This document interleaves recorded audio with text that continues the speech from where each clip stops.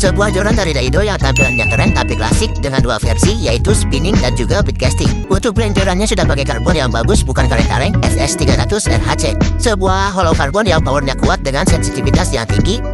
Bagian bawah menggunakan tipe Japan style dengan grip dari gabus. Tirusitnya sudah anti licin original dari Daido Physics. Tentu aja sudah pakai rokset yang kuat dari bahan aluminium yang dibalut sebuah karbon. Joran ini memiliki satu ukuran di 198 dengan lain beragam mulai dari yang powernya 6 kg sampai 10 kg. Untuk kincin sudah pakai Fujial Connect seperti ini, ada 10 ring untuk versi PC dan ada 8 ring untuk tipe yang spinning. Sudah menggunakan sambungan model V-joint dengan action joran kurang lebih seperti ini. Barangkali minat seperti biasa untuk link produk sudah saya sematkan di keranjang pojok kiri bawah.